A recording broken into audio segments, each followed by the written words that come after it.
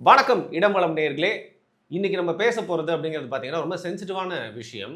நம்ம செலிபிரிட்டிஸ் அப்படின்னு சொல்லப்படுறவங்க, அவங்க வந்து டிவி செலிபிரிட்டிஸா இருந்தாலும் சரி, இல்லை வந்து சினிமாவில் இருக்கவங்க எல்லாருக்கிட்டையுமே வந்து காலங்காலமாக வந்து பார்த்தீங்கன்னா, ஒரு சினிமா இருக்குது, இண்டஸ்ட்ரி இருக்குது. அதுக்கு பின்னாடி இந்த போதை கலாச்சாரம் அப்படிங்கிறதும் சேர்ந்து இருந்துகிட்டே இருக்குது. சமீபத்தில் வந்து பார்த்தீங்கன்னா, சில மாதங்களுக்கு முன்னாடி நடிகர் கிருஷ்ணா ஸ்ரீகாந்த் வந்து போதை மருந்து வச்சிருந்தாங்கன்ற மாதிரி கைது பண்ணப்பட்டாங்க. அதற்கு பின்னாடியும் நிறைய தகவல்கள்லாம் இருந்து நம்ம அந்த காலகட்டத்தில் பேசியிருந்தோம். இப்போ சமீபத்தில் அண்ணா நகர்ல வைத்து ஒருத்தரை கைது பண்றாங்க. அவர்கிட்ட இருந்து வந்து பார்த்தீங்கன்னா, போதை மருந்து மட்டும் இல்லாம, நெறைய காசும் கைப்பற்றப்பட்டதா சொல்லுது. இப்போ இதை தொடர்ந்து இன்னைக்கு இளம் கதாநாயகனா வளர்ந்துட்டு இருக்க ஒருத்தர், இளம் கதாநாயகியா அவர் கூட சேர்ந்து நடிச்ச ஒருத்தர். இவங்க 2 பேரையும் வச்சு வந்து பார்த்தீங்கன்னா, ஒரு ராட்சத மிருகத்தின் படத்தின் பெயர வச்சு எடுத்த ஒரு டைரக்டர். இப்படின்னு வந்து நீண்டுகிட்டே போயிட்டே இருக்கு. இதுல ஒரு இசையமைப்பாளரும் அடக்கம்னு சொல்றாங்க. என்னடா கிசு கிசு சேனல் மாரி பேரே சொல்ல மாட்டீங்களேன்றாங்க. போலீஸ் சொல்லாம நம்ம எப்படிங்க சொல்ல முடியும்? அதனால தான் இதோட பின்னணிய குறித்து வந்து கிஷோர் கே. சாமியல் கிட்ட கேட்டு தெரிஞ்சுக்கலாம். வணக்கம். வணக்கம். என்ன பேரு டிராப் பண்றது ஒண்ணும் பெரிய மேட்டர் இல்ல, இல்ல. இல்ல. வேணாங்க பாவம். சொல்றேன். ஆனா என்னன்னா, பாவம்ன்றத விட ம். பேரு டிராப் பண்ணி நம்ம வந்து இந்த வீடியோவோட சர்க்குலேஷன் இன்னும் அதிகமாக்கலாம். ம், ம். பட் திரும்பவும் என்ன ஆகுதுன்னா, நடவடிக்கைகளா இருக்கட்டும். இப்ப இது சம்மந்தமா எடுக்கிற நடவடிக்கைகளா இருக்கட்டும். இல்ல அ அந்த நபர்கள் குறித்த விஷயங்களா இருக்கட்டும். நம்ம பார்க்க வேண்டியது இந்த சப்ஸ்டன்ஸ் அப்யூஸ் பண்றது தான். அந்த இஷ்யூலேருந்து நம்ம கண்டு வெளியில போயிடுறோம். பர்சனாலிட்டிஸ் பின்னாடி போயிடுறோம். ஏன்னா, இல்ல ஒரு கட்சி இன்னொரு கட்சிய குற்றம் சொல்றதுக்கு, குறை சொல்றதுக்கு அப்படின்னு போயிடுறோம். ம், ம். ஸோ அப்படி இல்லாம இந்த இஷ்யூ இத நான் பல மாதங்களா பார்த்தீங்கன்னா, நான் வந்து பல வீடியோக்கள்ல நான் சொல்லிட்டே வரேன் இத. தட் இஷ்யூவ அட்ரஸ் பண்ணணும். பர்சனாலிட்டிஸ் அட்ரஸ் பண்ணி என்ன பிரயோஜனம்? ம், ம். இன்னைக்கு இந்த நடிகர்கள் பயன்படுத்துறாங்கன்னு தெரிய வருது. நாளைக்கு வேற ஒரு செட் ஆஃப் நடிகர்கள் பயன்படுத்துறாங்கன்னு தெரிய வரப்போகுது. சரியா? சரி. இந்த நடிகரோட பெயரை வச்சுட்டு ஒரு நாள் ஊட்டிட்டு இருக்கலாம். மத்தபடி அந்த பிரச்சனை வந்து இருக்கு அப்படின்றத நம்ம வந்து கடந்து போக முடியாது இல்லையா? அது கடந்து போற மாரி தான் அது. புரியுது. இப்ப என்ன நடக்குதுன்னா, இப்ப நடவடிக்கை எடுத்திருக்காங்க அப்படின்னு பார்க்குறோம் நம்ம. ம், ம். இது காவல்துறை இந்த நடவடிக்கையே இப்ப என்ன ஆயிடுதுன்னா, காவல்துறை நடவடிக்கை எடுத்தாலும் பிரச்சனை, எடுக்கலனாலும் பிரச்சனை இல்ல. எடுக்கலைனாலும் பிரச்சனை. ஏன்னா மக்கள் காவல்துறையை தான் குறை சொல்ல போறாங்க.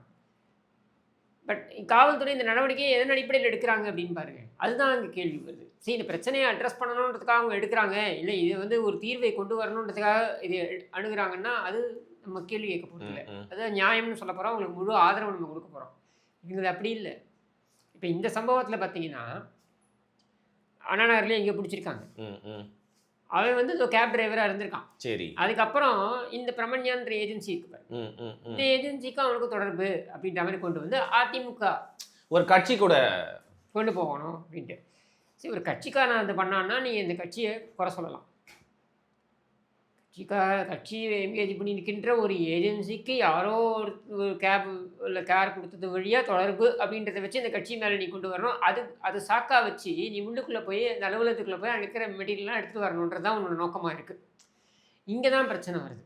அப்போ இது என்னென்னா, காலங்காலமாக இருக்கக்கூடிய வழிமுறை தான். ஒரு காலத்தில் நம்ம பார்த்துருக்கோம். எந்த ஆட்சியாவனா இருக்கட்டும், கஞ்சா வச்சுட்டு கஞ்சா கேஸ் போடுறது அப்படின்றது நம்ம இது வழிமுறையாக நம்ம பார்த்துக்கிட்டு இருக்கோம். இப்போ அதே தானே நீங்கள் வந்து அடுத்த கட்டமாக நீங்கள் அதை தான் நம்ம காலங்காலமாக இதான் பண்ணிக்கிட்டு இருக்காங்க. சரி. ஸோ அப்போது காவல்துறை மேலே நமக்கு சந்தேகம் வருது. காவல்துறை மேலே அப்படின்றத விட இதுக்கு பின்னால் இருக்கக்கூடிய உங்களோட நோக்கம் என்ன?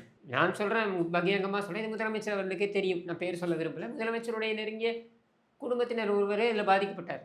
உடம்பு சரியா? சரியா மீண்டும் வந்தார். பாதிக்கப்பட்டார். சரியா? இப்போ முதலமைச்சருடைய வீட்டு கதவு வரைக்கும் அது போயிடுச்சு, இந்த பாதிப்பு. இதுக்கெல்லாம் முதலமைச்சர் தான் காரணமான்னு நான் சொல்ல போகிறது இல்லை. அது ரொம்ப முட்டாள்தனமா இருக்கும். அது அப்படி நம்ம சொன்னா. சொல்ல போகிறது சொசைட்டியில் இது ப்ரிவேலிங். ஆனால் நீ என்ன நடவடிக்கை எடுக்கிற இருக்கு, இதுதான் கேள்வி. அவருக்கும் தெரியும். அவருக்கு என்ன இன்புட் போயிருக்காதா? ம். யார் யாரெல்லாம் அந்த பார்ட்டியில் இருந்தாங்கன்ற இன்புட் அவருக்கு போயிருக்காது. போயிருக்கும். எல்லாம் பெருந்தலைகள், பெரிய பெரிய ஆட்கள். சரியா? இது அவருக்கு தெரியாதா? தெரிஞ்சும் அவரால் நடவடிக்கை எடுக்க முடியாத ஒரு சூழ்நிலை. எல்லாம் பெரிய இடம் ம். புரியுது. அப்படின்ற மாதிரி இது கடந்து போயிடுது. இது மேல் மட்டத்தில். இப்போ அதுக்கு அடுத்த வட்டத்துக்கு வருவோம். அதாவது இந்த அப்பர் மிடில் கிளாஸ்னு இருக்காங்க பாருங்க. இவங்க வந்து மோஸ்ட்லி சிங்கிள் பேரண்ட்ஸு, இல்லை parents working, both are working, இந்த மாதிரி ஏதாவது ஒரு சரி. சூழ்நிலை அதில் போய் சிக்கிக்கிறாங்க. இப்போ அவங்க எப்படி மீட் எடுக்கிறது? ம். இது ஒரு இந்த பிரச்சனை இருக்குது. இது அப்படியே இருக்கா? இதுக்கு அப்படியே ஸ்ட்ரைட்டாக பார்த்தீங்கன்னா லோவஸ்ட் ஸ்டார்ட்டா. நான் சொல்கிறது வந்து உங்களுக்கு வந்துட்டு இந்த ரோடு சைடில் இருக்கக்கூடிய நபர்கள், இவங்களுடைய கன்சம்ஷன் அப்படின்னு எடுத்துப்போம். லோவஸ்ட் ஸ்டார்டால் கீழ்நிலையில் அடித்தட்டில் இருக்கக்கூடிய ம், ம். இந்த பசங்க இவங்க வந்து அதில் போய் நுழையிறது. இப்போ இது எல்லாமே டேஞ்சரஸ். மேல் மட்டத்தில் நடக்கிறது டேஞ்சரஸ், இதுவும் டேஞ்சரஸ். சரியா? இதை எப்படி அட்ரஸ் பண்ண போகிறோம்? என்ன நம்மள்ட்ட திட்டம் வகுத்திருக்கோம்? இப்போ உதாரணத்துக்கு ஸ்ரீகாந்த், நான் அந்த பேரை எடுக்கிறேன். ஆனால் ஏற்கனவே இது செய்திலாம் பேர் வந்து வெளியில் போட்டு வந்துருச்சு அப்படின்னும் பொழுது அவரே ஒத்துக்கிட்டார். He accepted to it. அதே மாதிரி இன்னொரு ஒரு நடிகர், அவர் வந்து ஒரு 2-3 ஆண்டுகளுக்கு முன்னாடி எப்போ பயன்படுத்திக்கலாம். இது வந்து நோபடி இஸ் ஹோலி இயர். யாரோ ஒரு இடத்துல ஏதோ ஒரு தப்பு யாரோ ஒருத்தர் பண்ணியிருப்பாங்க. சரியா? அப்படி இருக்கும் பொழுது அதை அதுக்கப்புறம் அவர் விட்டுட்டார் அப்படின்ற சூழலில் அதை தேடி பிடிச்சி நீ நோண்டி எடுத்து அது 3 வருஷம் முன்னாடி அவரோட வாட்ஸ்அப்பில் இருந்த இல்லை ஏதோ ஒரு குரூப்பில் இருந்த ஏதோ ஒரு சேட்டை நீ எடுத்து அதன் அடிப்படையில் நீ வந்து அவரை லாக் பண்ணணும்னு நீங்கள் பார்க்குறீங்க. Which is maybe technically you may claim to be right, but actually பார்த்தீங்கன்னா அது தப்பு. இந்த ஸ்ரீகாந்தோட விவகாரத்தை எடுத்தீங்கன்னா yes, he is utilised. How are we going to இதை எப்படி நம்ம மாற்ற போகிறோம்? இப்போ இண்டஸ்ட்ரியில் இது வந்து நார்மல் ஆகிடுச்சு. பெரிய கிரியேட்டராக இருந்தால், பெரிய ஸ்டாராக இருந்தால், இல்லை அப்கமிங் ஸ்டாராக இருந்தால், இல்லை இந்த கேங்குக்குள்ளே நீ நுழையணும்னா உங்களுக்கு இந்த பழக்கம் இருக்கணும் அப்படின்ற மாதிரி ஒரு நார்ம் வந்து இங்கே வந்துருச்சு. இதை என்ன பண்ணுவீங்க? இதை எப்படி நீங்கள் மாற்றுவீங்க? கஷ்டம்தான். என்ன நீங்கள் அதற்கான ஃபார்முலா கையில் வச்சுருக்கீங்க? ஒரு பெரிய ஒரு மியூசிக் டைரக்டருங்க, உலகளாவிய அளவில் நன்மதிப்பு இருக்கக்கூடிய ஒருத்தர். அவர் பார்த்தீங்கன்னா இந்த பழக்கம் இருக்குது அவருக்கு தெரிய வருது. ஒரு இளம் மியூசிக் டைரக்டரு, நிறைய படங்கள் இப்போது அவர் ஒர்க் பண்ணிருக்காரு. அவர் வந்து பார்த்திங்கன்னா அவருக்கு இந்த தொடர் பழக்கம். அவரால் அவர் கீழே ஒர்க் பண்ண ஒரு அசிஸ்டண்ட் பையன், அந்த பையனுடைய அம்மா வந்து பேங்க்கில் ஒர்க் பண்ணுறாங்க. Single mother. 19 வயசு இருக்கும்போது அந்த பையன் வந்து இதில் ரொம்ப ஓவராக இதுவாகி இறந்து போயிட்டான். இது நடந்திருக்கு. சரியா? அவங்க வந்து ஒரு 50,000 ரூபாய் கொடுத்தாங்க காம்பன்சேஷன் அந்த மியூசிக் டைரக்டர். எதுக்கு சொல்ல வரேன்னா, இது வந்து பாதிக்கப்படக்கூடியவர்கள் யாருன்னு பார்த்தீங்கன்னாக்க இந்த பெரிய பெரிய ஸ்டார்கள் கிடையாது. ஏன்னா இவங்க எப்படி ஆனாலும் அதுலேருந்து வெளியில் சப்போர்ட் இருக்கும், சப்போர்ட் சிஸ்டம் இருக்கும், அவங்க ஹேண்டில் பண்ணிப்பாங்க. பட் வாட் அபவுட் இதில் சிக்கி இருக்கக்கூடிய மற்றவங்கள்லாம், இவங்களோட இன்ஃப்ளூயன்ஸாக சிக்கக்கூடிய மற்றவங்கள்லாம், அவங்களாம் என்ன பண்ணுவாங்க? ஸோ இது சொசைட்டியில் இன்றைக்கி பரவி இருக்கின்ற மிகப்பெரிய பிரச்சனை. ரெண்டாவது இந்த அடித்தட்டில் இருக்கக்கூடியவங்கன்னு சொல்கிறேன் இல்லையா, இவங்க என்ன பண்ணுறாங்கன்னா இது ஏன் பயன்படுத்துகிறாங்க? மனிதனுக்கு ஏதோ ஒரு இடத்துல ஏதோ ஒரு போதை வந்துட்டே இருக்கணும்னு ஒரு ஆல்டர்னேட் ஸ்டேட் ஆஃப் மைண்டுக்குள்ள போகணும்னு விருப்பப்படுறாங்க. ஒரு விருப்பம் இது ரொம்ப இயல்பு. இப்போ என்ன பண்ணுறாங்கன்னா, நீ போய் ஒரு கடையில் ஒரு குவார்ட்டர் வாங்குறான், இல்லை ஒரு பியர் வாங்குறான், இந்த மாதிரி வாங்குறான்னா வந்து ஒரு கவருக்குள்ளேயோ இதுக்குள்ளேயோ வச்சு நீ ஒரு இடத்துல இன்னொரு இடத்துக்கு எடுத்துகிட்டு போகணும். சரி, சரியா? இது அப்படி கிடையாது. இத்தினோண்டு பவுடர் நீ எங்கே வேணாலும் வைக்கலாமே, எப்படி கண்டுபிடிப்பீங்க? புரியுது. ஸோ அவன் கஞ்சா, அப்போது அதோடைய காஸ்ட்டும் பார்த்தீங்கன்னாக்கா அவனால் மேனேஜ் பண்ண முடியும். இப்போ கஞ்சான்னு நீங்கள் அவன் 100 ரூபாய்க்கு 2 பாக்கெட்டாக 150 ரூபாய் சம்திங் ஸ்வட் ஐ ஹியர், இந்த மாதிரி ஏதோ பாக்கெட் வச்சுருக்கான் அப்படின்னா அதை எடுத்துகிட்டு போயிடுறான். இதை நீங்கள் போலீஸ் ட்ராக் பண்ணி பிடிக்கிறதுன்றது ரொம்ப பெரிய கஷ்டமாக இருக்குது. நீங்கள் புழலில் போய் பாருங்கள், 1800 பேர் இருக்காங்கன்னு வைங்க அண்டர் ட்ரையல், அதாவது விசாரணை கைதிகள்னு 1800 பேர் இருக்காங்கன்னா அதில் நீங்கள் கிட்டத்தட்ட ஒரு 400 பேருக்கு மேலே பார்த்தீங்கன்னா இந்த எக்கனாமிக் அஃபென்சஸ்ன்ற பேரில் இந்த போதை மருந்துகள் ஒரு இடத்துல இன்னொரு இடத்துக்கு கடத்திட்டு போகிறவன் தான் அதிகமாக மாட்டுறான். விற்கிறவன் மாட்டுறதில்ல, பயன்படுத்துகிறவன் மாட்டுறதில்ல, நடுவில் கடத்திட்டு போகிறான் பாருங்க, அவன் மாட்டுறான். இப்போ இதில் இப்போ மாட்டியிருக்கான் பாருங்க. மெயினாக யாருன்னு பார்த்தீங்கன்னா இவங்க சப்ளை பண்ணுறான். ரைட்டு, சர்ஃபுதீனா ஏதோ ஒரு பேர் சொல்கிறாங்க, இது சப்ளை பண்ணுறான். சப்ளை பண்ணுறவன் மாட்டுறான், பயன்படுத்தினவன் இன்னி வரைக்கும் ஒரு அரெஸ்ட் கிடையாது. ஏன் இல்லை? யாருக்கோ சப்ளை தானே பண்ணியிருக்கணும். இவன்கிட்ட இருக்க தொடர்பு எல்லாம் பெரிய இடத்து தொடர்பு. சரி, அப்போ அந்த பெரிய இடத்து தொடர்பு ஒருத்தரை கூட நீங்கள் வேன் தொடலை. ஏன் அவங்க வீட்டுக்கு கதவு தட்டுறதுக்கு நீங்கள் யோசிக்கிறீங்க? ஏன்னா இதில் பெரிய பெரிய தலைகள் இருக்கின்றனால உருளும்ன்றதை விட இவங்க எல்லாம் வந்து இப்போ நானே இப்போ பேசுகிறேன்னு வைங்களேன், ஏதோ ஒரு பெரிய அவரை பற்றி பேசுறதுக்கு நான் தயங்குவேன். ஏன்னா நாட் பிகாஸ் நான் பயப்படுறேன்ட்டு இல்லை, அவையே கூட இருக்கிற ரிலேஷன்ஷிப் எனக்கு ஸ்பாயில் ஆகும். இந்த முதலமைச்சருடைய உறவினர்னு சொல்கிறாங்க, ஏன் அந்த பர்சன் எனக்கு தெரிஞ்ச பர்சன் தான் அப்படின்னும் பொழுது இப்போ நான் நேம் அண்ட் ட்ராப் பண்ணால் அந்த பர்சன் வருத்தப்படுவார்.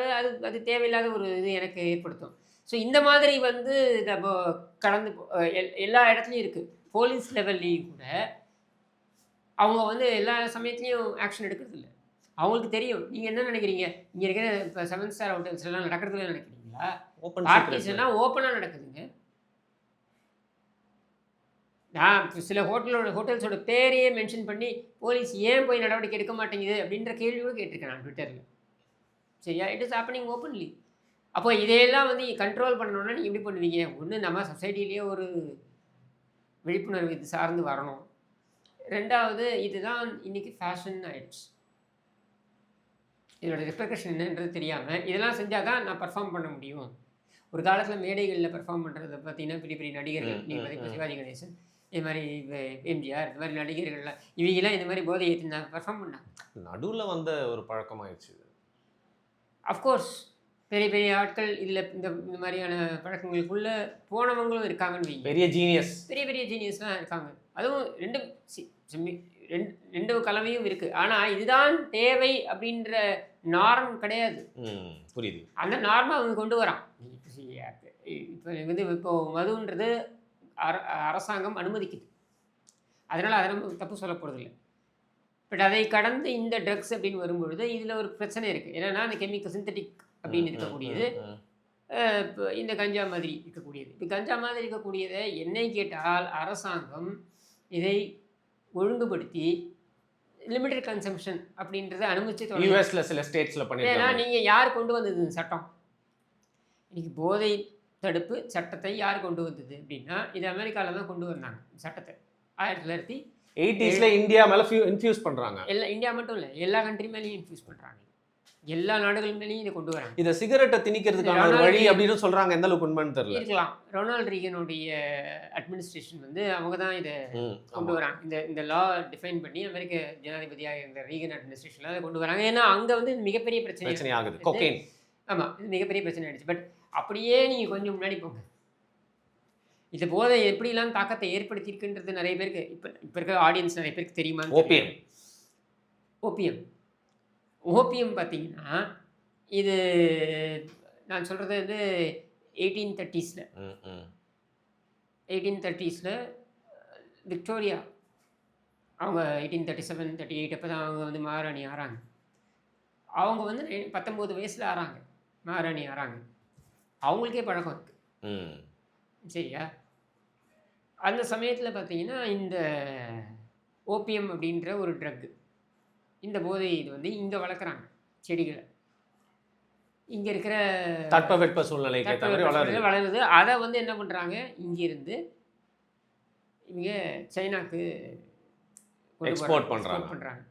இது ஒரு பெரிய ட்ரேட் ஆகுது. இதில் வளர்ந்த நிறுவனங்கள் தான் டாடா நிறுவனம், பிர்லா, இவையெல்லாம் இதில் வளர்ந்தவங்க தான். சரியா? இப்படி வந்த பொழுது அங்கே இருக்க மன்னர் வந்து இது ஒரு கட்டத்துக்கு மேலே போகுது, கைமீறி போகுது, மக்கள்லாம் நாடே நாசமாக போகுது அப்படின்றதுல வந்து அவர் என்ன பண்ணுறாரு, தடை விதிக்கணும்னு பார்க்கும்போது தான் சண்டை வருது. பிரிட்டனுக்கும் இவங்களுக்கும் சைனாக்கும் சண்டை வருது. இன்ஃபேக்ட் நம்மளுடைய வர்த்தக தலைநகரமாக எது இருந்ததுன்னா முகலாய அந்த காலத்தில் எது, கல்கட்டாவா, சூரத்தா. சரியா? சூரத் நம்மளுடைய வர்த்தக தலைநகரமாக இருந்தது. மும்பையை வந்து ஒரு யூதர் தான் வந்து உருவாக்குறாரு. சரியா? அவர் வந்து இதை உருவாக்குறதுக்கு முக்கிய காரணமே இந்த ஓபிஎம் தான். அதுக்கப்புறம் தான் டாடா இவங்கெல்லாம் வராங்க. சரியா? அவர் தான் வந்து பார்சி யூதர். ஓகே. அவர் தான் வந்து மும்பையை உருவாக்குறாரு. ஃபாதர் ஆஃப் மும்பைன்னு சொல்லலாம் அவரை. ஃபாதர் ஆஃப் மும்பை மட்டும் இல்லை, father of opium trade. Shanghai, okay, Hong Kong, இதெல்லாம் அவர் உருவாக்குறாரு. எல்லாமே பிஸ்னஸ் சிட்டிஸ், இதெல்லாமே அவர் உருவாக்குறாரு. சரியா? இப்படி தான் வந்து இங்கே பெரிய அளவில் சில வர்த்தக தலைநகரங்களே உருவாச்சு. இப்போ நீங்கள் சென்னை நீங்கள் அப்படி சொல்ல முடியாது, மெட்ராஸ் வந்து உருவானது அந்த மாதிரி உருவாகலை. ஆனால் மும்பை இந்த போதை மருந்து என்பதை அல்லது போதை அந்த வஸ்து என்பதனை அடிப்படையாக வச்சு உருவான நகரம். மும்பை ராக்ஸ் மேலே கட்டப்பட்டிருக்குன்னு. ஸோ அது அந்த போதை மேலே கட்டப்பட்ட நீங்கள் சொன்னாலும் மிகையாகாது. அஃப்கோர்ஸ் மும்பைக்கு மேலே நிறைய முக்கியத்துவங்கள் இருக்குது, நிறைய இதெல்லாம் இருக்குது. இருந்தாலும் இதுதான் மேஜராக இருந்ததுன்னு வைங்க. அப்போ இந்த ஓபிஎம் வந்து அதுக்கப்புறம் அந்த மன்னரை தோற்கடிச்சு, இதுக்காகவே ஒரு போர் நடந்தது. ஆமாம், தோற்கடிச்சு அவன் மேலே கண்டிஷன்லாம் போட்டு இதை இவ்வளோ நாங்கள் டம்ப் பண்ணுவோம், நீங்கள் எடுத்துக்கிட்டே கன்சியூம் பண்ணியே ஆகணும்னு சொல்லி டம்ப் பண்ணி இதெல்லாம் நடந்தது. சரியா? அப்போது இது காலங்காலமாக இது ஒரு பிரச்சனையாக இருந்து வருது. ஆனால் அப்போல்லாம் இந்த சிந்தட்டிக்காக கிடையாது. ம். இப்போ இது சிந்தட்டிக்காக மாறி தான் கெமிக்கல் அப்படின்ற அதுக்கு ரசாயனங்கள் பயன்படுத்துறதுன்ற இடத்துக்கு வந்துருச்சு. இந்த ரசாயனங்களை பயன்படுத்துறதுன்றது தான் மிகப்பெரிய ஆபத்தாக பார்க்கப்படுது. ஏன்னா இது உலக நாடுகள்லேயும் இது பெரிய பிரச்சனையாக இருக்குது. அதாவது அமெரிக்காவிலையும் இது பெரிய பிரச்சனையாக இருக்குது. எல்லாம் பார்த்தீங்களா ஜோம்பிஸ் மாதிரி அப்படியே படுத்து கிடப்பாங்க. நிறைய சிட்டியில் நின்றுட்டே தூங்குறாங்க. அப்படியே படுத்து கிடப்பாங்க. இந்த மாதிரிலாம் இருக்குது. நம்ம இன்னும் அந்த இடத்துக்கு போகலை, அந்த கட்டத்துக்கு நம்ம போகலை. ஏன்னா நம்மளுடைய கலாச்சாரம், நம்மளுடைய நிர்பந்தங்கள், ஒரு டாஸ்மாக் கலாச்சாரம் உருவாயிருக்கு. டாஸ்மாக் கலாச்சாரம் எங்க அங்கே இல்லை, இல்லையாங்க. இங்கேயாவது நீங்கள் வந்து ஒரு கடையில் போய் ஒரு டாஸ்மாகில் போய் நீங்கள் வாங்கினாங்க, ஒரு சூப்பர் மார்க்கெட்லேயே வாங்கலாமா இங்கே சரக்கு? ஆமாம். சரியா? அது காரணம் கிடையாது. இங்கே இருக்கக்கூடிய நம்முடைய கலாச்சாரம் வந்து சொசைட்டியை தான். சரி, அங்கே வந்து இண்டிவிஜுவலை வைத்து சொசைட்டி, இங்கே சொசைட்டியை வச்சு தான் இண்டிவிஜுவல் ஃபேமிலி சொசைட்டி. அதனால இந்த ப்ரெஷர் நிறைய இருக்கு. எப்படி நம்ம உலகம் எப்படி நம்மளை பார்க்கும், புரியுது. அந்த ஒரு என்ன சொல்றது, ஒரு ப்ரெஷர் பாயிண்ட் நம்ம மேலே வச்சுக்கிட்டே இருப்பாங்க. சாதாரணமாக ஒரு பேர் குடிச்சா கூட குடிகாரன் அப்படின்ற ஒரு இது வந்து ஒரு பக்கம் பார்த்தீங்கன்னாக்கா இது தப்பு. பட் இன்னொரு பக்கம் பார்த்தீங்கன்னா இது என்ன பண்ணுதுன்னா, அந்த ப்ரெஷரை வச்சுட்டே இருக்குது அந்த இண்டிவிஜுவல் மேலே, அந்த நபர் மேலே ஒரு ப்ரெஷரை வச்சுக்கிட்டே இருக்குது. ஸோ அதனால உங்களுக்கு அது ஓப்பனாக பண்ணுறதுக்கு தயங்குறாங்க. இல்லை, இப்போ நம்ம ஏன் இதை வந்து என்டர்டைன்மெண்ட் சேனல் எல்லாம் நான் அதை பேசணும்னு நினச்சேன்னா, இந்த இஷ்யூவை ஏதாவது ஒரு அரசியல் கட்சி மேலே போயிட்டு இல்லைங்க, நீங்கள் எல்லா அரசியல் கட்சியுமே இதில் பொறுப்பு எடுத்துக்கணும். சமுதாயமும் பொறுப்பு எடுத்துக்கணும். நீங்கள் இப்போ ஜாஃபர் சாதிக்னு ஒரு ஆள் இவன் கட்சியை வச்சுக்கிட்டு அதன் அடிப்படையில் காவல்துறையை கையில் போட்டுக்கிட்டு இவன் பிஹேவ் பண்ணான்றதுனால தான் கட்சியை குறை சொல்ல வேண்டியதாக வந்தது. சரி, இப்போ ஜாஃபர் சாதிக்ன்ற ஆள் சாதாரணமாக இருந்து அந்த வேலையை பண்ணி தான் தெரிய வந்தது. அதுக்கப்புறம் நடவடிக்கை எடுக்கிறாங்க கட்சினா, அப்போ யாரும் கட்சியை குறை சொல்ல போகிறது சரியா? எல்லா கட்சியிலையும் இன்வேரியபிளி இந்த பழக்கம் கொண்டவர்கள் இருக்கிறார்கள். எல்லா கட்சியும் எவ்வளோ பர்சன்டேஜ்ன்றது வேரி ஆகலாம். எல்லா கட்சியும் இருக்கு. அப்போ எல்லா கட்சியும் நீ முதலமைச்சரை அழைக்கணும். ஒன்று, சமுதாயத்தில் பெரிய லெவலில் இருக்கக்கூடிய நபர்கள் அவங்கள அழைக்கணும். அனைத்து ஒரு அனைத்து கட்சி கூட்டம், அனைத்து சமுதாயங்களை கூப்பிட்டு ஒரு கூட்டம், இந்த மாதிரிலாம் நடத்தணும் சரியா? இதெல்லாம் நடத்தி நீ விழிப்புணர்வை ஏற்படுத்தணும். இதுக்கு இந்த முதலமைச்சர் தயாரா? செய்வாரா? அதை செய்தால் இந்த ஒரு கட்சி இன்னொரு கட்சியை குறை சொல்கிறதுன்னு ஒரு பக்கம் தள்ளி வைங்க. இது அரசியல் லாவணி கச்சேரி, இது எப்பவுமே நடந்துகிட்டு இருக்கும். இதை ஒரு பக்கம் தள்ளி வைங்க. அதை கடந்து இந்த முதலமைச்சர் ஒரு தலைவராக உயர்ந்து நிற்கிறாருன்னு வரும். சரி, ஒரு ஸ்டேச்சர் வேற லெவலில் நீ வந்து இதையெல்லாம் கடந்து நீ ஒரு தலைவராக உயர்ந்து நிற்கிற வரும். உன்னால் அதை பண்ண முடியுமா? பண்ண முடியாது. இத்தனைக்கும் உன் வீட்டு கதவையே தட்டிடுச்சு. நீயும் பாதிக்கப்பட்ட நபர் தான், இல்லைன்னு மறுக்க முடியுமா? நீயும் பாதிக்கப்பட்ட நபர் தான் சரியா? அப்போது உன்னுடைய அளவுலேயே அது பாதிப்பு வந்திருக்குன்னா அப்போ எந்த அளவுக்கு இது வந்து இந்த தாக்கம் இருக்குன்றதை நீ புரிஞ்சுக்கணும்ல. சரி, இப்போ நீங்கள் you mat your point. But கடைசியாக ஒரே ஒரு விஷயம், பெயர் சொல்லாமல் பேசணும். இப்போ பெயர் சொல்லாமலே ஒரு முக்கிய விஷயம் முடிக்கிறேன். ஒரு அரசியல் புள்ளி, அவருக்கு ரொம்ப நெருங்கிய ஒரு தோழி, அவங்க நடிகையாக இருக்காங்க, அவங்கள எப்படியாவது ட்ரக் யூஸ் பண்ணுறாங்கன்ற மாதிரி அவங்கள பின் டவுன் பண்ணி இந்த அரசியல் பிரமுகரை பயமுறுத்தணும்னு பார்க்குறாங்கன்னு கேள்விப்பட்டேன். ஆமாம், அது மாதிரியான ஒரு இதுவும் அவங்க முயற்சி பண்ணிக்கிட்டு இருக்காங்க. ஸ்கேரியாக இருக்கேங்க இது. இல்லைங்க, நீங்கள் சமுதாயத்தின் மீதான பார்வை அப்படின்னு இல்லாமல் எதை வேண்டுமானாலும் நான் அரசியல்படுத்துவேன் அப்படின்னு நீங்கள் போனீங்கன்னா இதெல்லாம் நீங்கள் எதிர்பார்க்கலாம். ஒரு காலம் இருந்தது சமுதாயத்தின் மீதான பார்வை அப்படின்றது ரொம்ப முக்கியமாக. நேற்றுக்கு நான் படிச்சிருந்தேன் ஒரு இதில், லால் பகதூர் சாஸ்திரி வந்து இதுக்கு போகிறாரு, அந்த பாகிஸ்தானோட அந்த சண்டை போரில் வந்து ஜெயிச்சிடறாரு. ஜெயித்த உடனே மண்டா அப்படின்ற இடத்துக்கு போகிறாரு. மண்டான்றது அலகாபாத்லேருந்து ஒரு 70 கிலோமீட்டர். ராஜா மண்டா யாருன்னா விபி சிங். சரி சரியா? அந்த விபி சிங் இளைஞர் அவர் ராஜ்பூத், அவங்களுடைய வழிமுறை ஒன்று இருக்குது. அவங்க என்ன பண்ணுறாங்க, அந்த கத்தி எடுத்து கையை வெட்டி அதை திலகம் அப்படின்றாரு. குருதி திலகம் இவருக்கு யார், லால் பகதூர் சாஸ்திரிக்கு. அவர் ரொம்ப நிகழ்ச்சி ஆயிடுறார் சாஸ்திரி. அவருடைய என்ன சொல்கிறாரு, எனக்கு வந்து 4 மகன்கள், என்னுடைய 5வது மகன் அப்படின்னு, நீ என்னுடைய மகன் தான் அப்படின்னு சொல்லிடுறாரு. இது எப்போ நடக்குது, 1965. சரி, 89 காங்கிரஸ் விட்டு வெளில வந்துடுறாரு. யார், விபி சிங் வந்து ஜனதாதள் அப்படின்றத போட்டிடுறார்.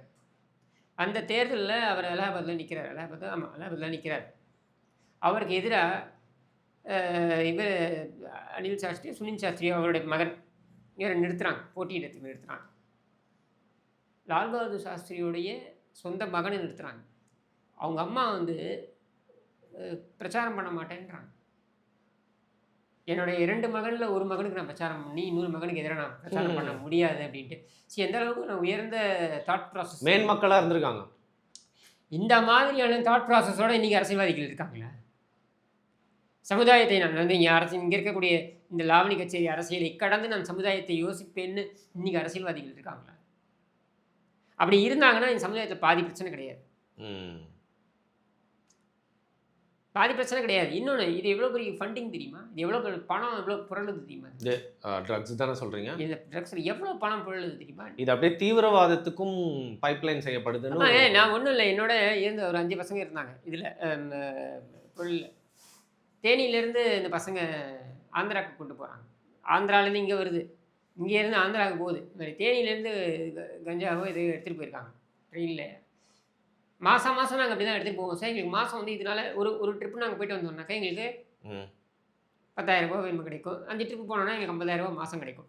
இப்படியே குடும்பத்தையே நடத்தினவன்லாம் இருக்கான். இப்ப மாட்டுனான்னா போய் உட்காந்துக்கிறான். ம். ஜெயில்ல போயிட்டு அவன் ஒரு வருஷமோ அது சப்போஸ் கமர்ஷியல் குவாலிட்டியா இருந்து ஏன்னா NDPSல வந்து கமர்ஷியல், அதெல்லாம் பர்சனல் இருக்கு. இது மாதிரிலாம் இருக்கு. இப்போ கமர்ஷியலா இருந்தது இன்டர்மீடியேட் இப்படிலாம் இருக்கு. இன்டர்மீடியேட்ன்றது வந்து இன்டர்பிரேஷன் தான். அது சட்டப்படி கிடையாது. கமர்ஷியல், பர்சனல் இது 2 தான். இப்போ கமர்ஷியலா இருக்குன்னு வைங்க. நீ வெளில வர்றதுக்கே 2, 3, 4 வருஷம் ஆகும். என்ன பண்ணுவ? கஷ்டம் தான். ஸோ இப்படி கஷ்டப்படுறவங்க நிறைய பேர் இருக்காங்க. அப்போ திரும்பவும் நான் சொல்றேன், இதை இங்கேருந்து அங்கே எடுத்துட்டு போறவங்க தான் மாற்றம். பெருந்தலைகள் இவங்க பேர் அங்க இங்க உருளும். மற்றபடி ஏதாவது ஒரு கனெக்ஷன்ல தப்பிச்சிருவாங்க. தேர் இம்யூன். எப்படியாவது தப்பிச்சிருவாங்க. சரி, இப்போ இதை சுற்றி நடக்கிற அரசியல் பற்றி நிறைய விஷயங்கள் பேசியிருக்கீங்க. இதன் மூலியமா மக்களுக்கு நிறைய விஷயம் வந்து நம்ம இன்டெரக்டாக சொன்னாலும் டேரெக்டாக புரிஞ்சுப்பாங்கன்னு நினைக்கிறேன். மிக்க நன்றி. நன்றி.